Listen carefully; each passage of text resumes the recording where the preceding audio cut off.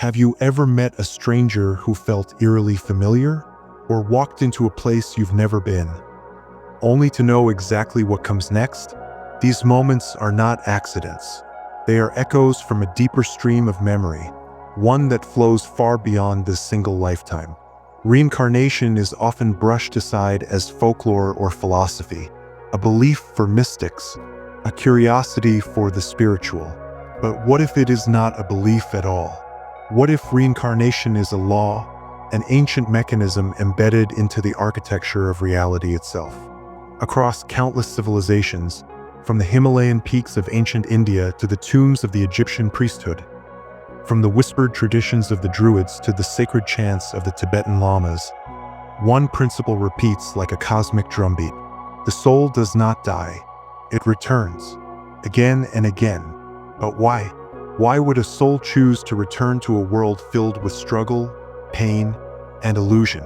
And more importantly, who are you if not the sum total of all the lives you've already lived? This video will take you far beyond the surface-level concept of reincarnation as mere rebirth. We will explore the real meaning behind this ancient teaching, its metaphysical purpose, its spiritual mechanics, and its role in the soul's evolution through lifetimes. You'll discover what ancient wisdom traditions have preserved in symbols and teachings for thousands of years. You'll learn how karma, choice, and energetic imprints shape your current incarnation. And most powerfully, you'll be shown how this knowledge can change the way you see your life right now. Because once you understand that this life is not your first, it becomes impossible to live it the same way again. Are you ready to remember? To truly grasp the depth of reincarnation, we must travel back, not just through centuries, but through civilizations whose view of the soul was far more expansive than our modern mindset dares to entertain. In ancient India, reincarnation was never a question of belief. It was woven into the very fabric of life. The Upanishads, dating back over 2,500 years, speak clearly of the soul, the Atman, as an eternal spark of divine consciousness that takes form after form in its journey back to source. In the Bhagavad Gita, Krishna tells Arjuna, just as a man discards worn-out clothes and puts on new ones, the soul discards the worn-out body and takes on a new one. This wasn't poetic metaphor. It was metaphysical science, a roadmap for soul evolution. In ancient Egypt, the priests of the mystery schools taught that the soul passed through multiple incarnations to purify and refine itself. The weighing of the heart ceremony depicted in the Book of the Dead was not a one-time judgment. It was one moment in a long, spiraling cycle of refinement across lifetimes. The Egyptians believed in the Ka, spirit, the Ba, personality, and the Ak, transfigured soul. A complex soul anatomy that reflected the journey of becoming fully divine. The philosopher Pythagoras, initiated into Egyptian and Babylonian mysteries, taught reincarnation openly.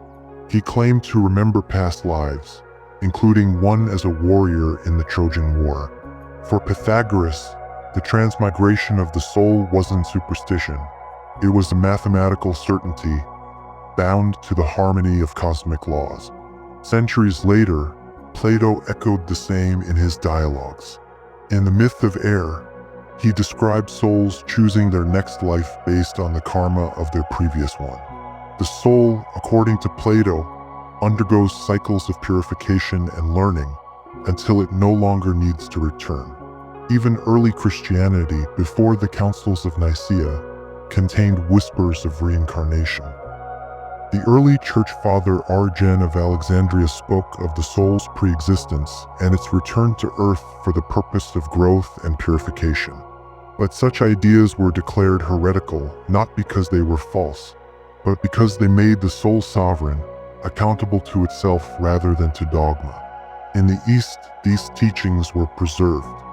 Buddhism, Jainism, and various schools of Taoism continued to develop sophisticated doctrines of rebirth, but always with the same aim: liberation from unconscious repetition.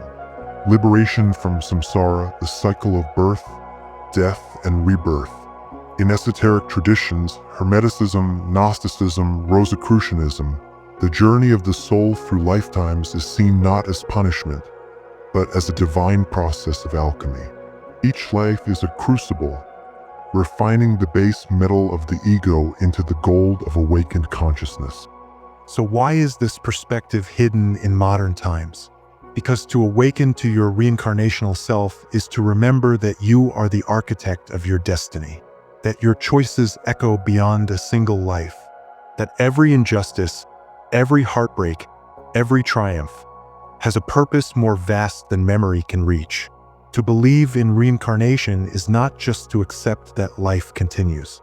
It is to live differently now with the weight and the grace of eternity in your hands. To understand reincarnation, we must first abandon the idea that we are our personality, our memories, or even our bodies. These are only temporary garments, tailored for the specific incarnation. The true self, the soul, or what some traditions call the Atman, the higher self, or the spark of the divine, is not born and it does not die. It projects itself into time and space, inhabiting different vessels in order to experience, learn, evolve, and remember what it truly is. Imagine the soul as a ray of light, pure and whole, shining down into a realm of mirrors. Each mirror reflects a fragment of that light, distorted slightly by time, culture, family, karma. Each reflection is a lifetime. Each lifetime is an opportunity to polish the mirror so that more of the original light can shine through. But reincarnation is not random. It is governed by intricate spiritual laws, chief among them karma. Karma is not punishment, nor is it reward. Karma is simply balance. The energetic echo of your intentions, thoughts, and actions, rippling across time until harmony is restored. If in one life you cause great harm through pride or ignorance, you may be born into a body or environment that forces you to feel the effects of those actions, not out of cruelty, but to awaken compassion. If you develop talents or virtues in one life, they may carry over as gifts in the next. These are not mere coincidences. They are echoes, threads woven through the soul's tapestry. Each incarnation is like a chapter in a long, spiraling book, where the soul plays different characters to explore different aspects of itself. In one life, you may be the victim. In another, the perpetrator. In one, a healer. In another, a warrior. The soul seeks contrast because contrast is how awareness sharpens and deepens. But there's something deeper still. You are not just moving forward through lives. You are spiraling upward, evolving through dimensions of consciousness. Each lifetime, if lived with awareness, refines your vibrational frequency. From dense material attachment to emotional mastery to mental clarity, and eventually to spiritual awakening. This is not unlike the ancient Hermetic axiom, as above, so below, as within, so without. Your external life mirrors your internal state, and your incarnational journey mirrors the macrocosmic return to source. At the heart of this process is a sacred paradox. You are already divine, yet you are still becoming. You are the actor, but also the playwright.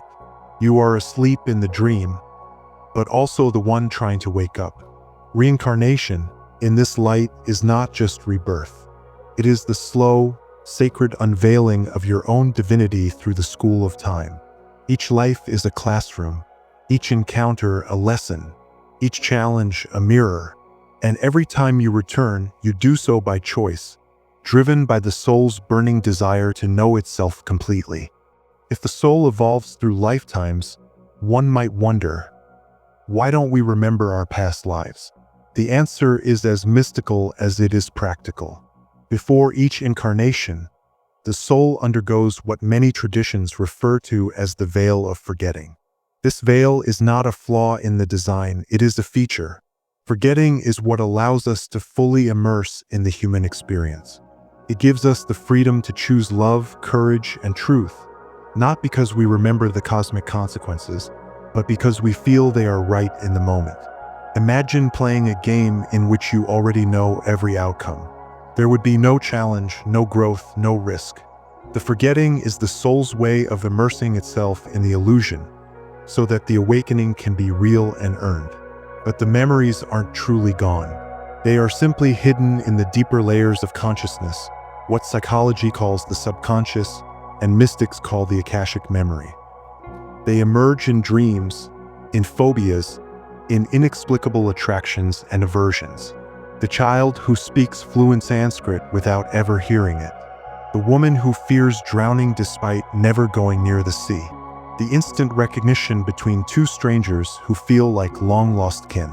These are the fingerprints of the soul, signs that your story didn't begin here. There is also a higher intelligence that governs how and when these memories return. Some past life insights arise spontaneously, often during moments of great spiritual transformation or deep meditation. Others require intentional work through disciplines like past life regression, hypnosis, or mystical dreaming. But even then, what is revealed is not random. You are shown what your soul is ready to integrate, no more, no less. Reincarnation also explains why people carry unexplainable burdens. A heavy sadness, a persistent wound, or a pattern that seems to repeat no matter how hard they try to change. These are often karmic imprints, unfinished stories from other lifetimes seeking closure in this one. But this brings us to a crucial revelation. Reincarnation is not eternal. The goal is not to circle endlessly through lives. The goal is to awaken within the dream, to become lucid, to realize the divine nature of all beings, and in doing so, to graduate from the cycle known in Sanskrit as samsara. In Buddhist philosophy, this liberation is called nirvana, a state where the fires of craving, aversion, and ignorance are extinguished. In Gnostic and Hermetic traditions, it's the return to the pleroma, the fullness of divine mind. In Theosophy, it's the ascension to the higher planes of existence where reincarnation is no longer needed. This is why many advanced souls choose to return, not because they are bound by karma, but because they serve as guides and teachers, what some traditions call bodhisattvas, others call ascended masters. These beings have remembered who they are, but they come back to remind the rest of us. And so every soul, including yours, is on a pilgrimage, from ignorance to wisdom, from fragmentation to wholeness, from illusion to truth. Reincarnation is not just about where you've been, it's about where you're going, and more importantly, who you are becoming through every step. Knowing the soul reincarnates across lifetimes is more than a fascinating concept. It is an invitation to live with intention and to participate consciously in your own evolution. The first practical shift is in perspective. When you understand that your current life is one chapter in a much larger journey, your struggles take on new meaning. Every pain, every setback, every repeated lesson is not a punishment. It is an initiation, carefully placed by your own higher self to catalyze transformation. So how do you begin living as a soul, not just as a personality? 1. Reflect on recurring patterns. Start with your own life story. What experiences keep repeating? What types of people do you consistently attract? What fears or emotions dominate your inner world? These may be karmic echoes, unresolved lessons from previous incarnations that have returned for healing. Keep a journal not just of events, but of your emotional reactions to them. Ask yourself, what is this trying to teach me? Where have I felt this before? Trust your intuition. You may not receive full clarity immediately, but by posing the question, you activate the remembering process. 2. Engage in deep inner work. Meditation becomes a powerful tool when approached as a way to connect with the soul. Use your breath to quiet the mind, and then ask inwardly, what have I come here to learn? You may begin to receive symbols, flashes of memory, or emotional insights that feel older than this life. Practices like past life regression or guided hypnotic journeys can also help unlock these memories, but only pursue them when you feel emotionally grounded. The soul reveals its secrets in proportion to your readiness to hold them. 3. Release the victim mentality. Understanding reincarnation empowers you to take full responsibility for your life. This does not mean blaming yourself for misfortunes. It means recognizing that every experience is a result of soul-level choices made for growth. When something painful happens, ask, what is the soul trying to learn through this? Over time, you will move from, why is this happening to me? To, why is this happening for me? For cultivate conscious karma. Every action, every word, every intention is a seed. Whether you believe in karma or not, your energy leaves a trail, and that trail becomes the path you walk tomorrow. Practice mindful speech, acts of service, and selfless giving. These generate what the ancients called positive merit, spiritual momentum that not only benefits future lifetimes, but softens your current one. 5. Live with soul memory.